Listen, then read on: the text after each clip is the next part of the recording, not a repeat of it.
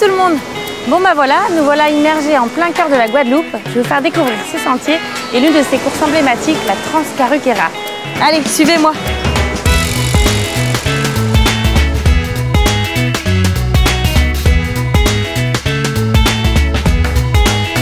Quand on pense Guadeloupe, on ne pense pas forcément trail running. On pense plus à la plage, au soleil, aux vacances, au farniente. Ici, on ne trouve pas des hautes montagnes, mais il y a quand même des petits sommets, puisque le plus haut sommet culmine à 1500 mètres à peu près. On se rend compte que, ouais, il y a quand même une végétation et des sentiers qui permettent vraiment de s'éclater ici. On a pu en profiter. Après, les sentiers, c'est pas du tout ce qu'on trouve chez nous en métropole. Il faut se frayer son chemin, il faut se baisser à travers la végétation, il faut zigzaguer, faire des petits sauts, escalader.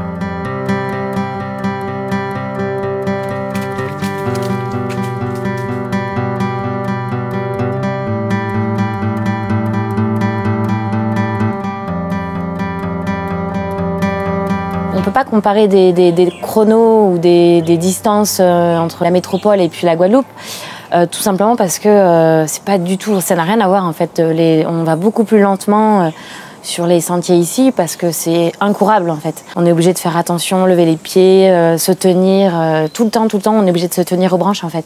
Autant en descente pour pas tomber qu'en montée pour essayer de céder parce que comme c'est glissant, sinon on n'a pas d'appui. Il faut profiter de la nature qui s'offre à nous et puis il faut pas paniquer. Je crois qu'il faut prendre ça comme une découverte et comme une belle balade et c'est ce que j'ai essayé de faire.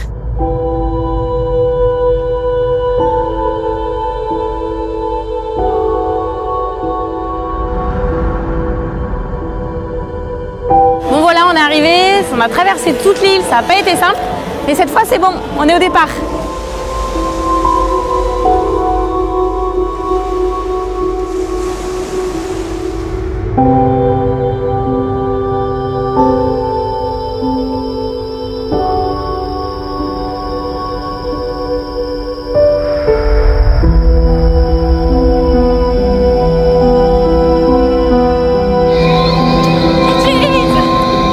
Les Guadeloupéens, et ils ont complètement raison, c'est qu'il faut venir voir pour se rendre compte et pour le croire. On peut alterner marche-course, mais il y a des portions où on avance très très doucement. Donc c'est des évolutions qui sont plus comparables à de la randonnée finalement, de la randonnée active. Donc rien à voir avec ce qu'on trouve chez nous. On m'avait tellement dit que c'était dur, que je m'attendais au pire. Après, les murs raides comme ça, non, je ne m'attendais pas aussi pentus. Quand c'est courant, il y a des cailloux partout, donc il faut faire super attention. On traverse des flaques d'eau, des rivières, enfin, voilà, c'est assez varié, mais c'est toujours très dur, quoi. Ce qui m'a marqué, c'est surtout quand j'ai vu les coureurs du 90 km passer au ravitaillement du 13e kilomètre, c'est-à-dire qu'ils étaient en début de course. Ils étaient tellement marqués physiquement, au niveau du visage, au niveau même la manière de se ravitailler, tout ça. J'avais l'impression qu'ils étaient à plus de la mi-course, quoi. Puis physiquement, ils étaient très marqués par les brûlures des végétations, les écorchures. On a vu des jambes de coureurs vraiment abîmées. Et je pense que quand on sait ça, en fait, on s'équipe mieux. On part avec un collant, avec un manche long, même s'il fait chaud. Et puis, comme ça passe.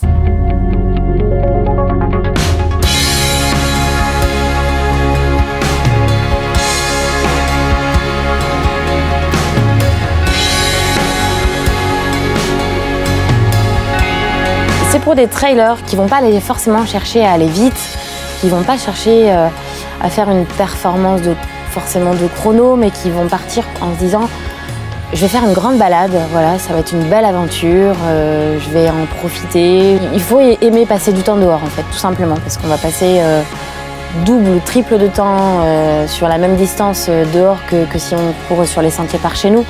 Donc voilà, il faut se dire, il faut avoir la patience, si on peut dire, d'être tout seul aussi. Il faut aimer la solitude parce que on est des heures et des heures dehors, tout seul.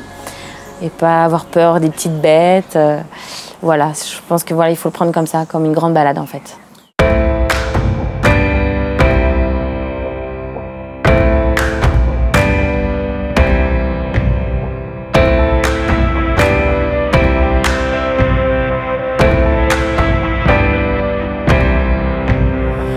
N'hésitez pas à venir en Guadeloupe, franchement, c'est une sacrée belle découverte. Venez dans l'esprit d'une balade sportive découverte en fait. Préparez-vous à rester dehors des heures et des heures, mais surtout pas forcément à se dire je vais faire une performance sportive avec un chrono à l'arrivée.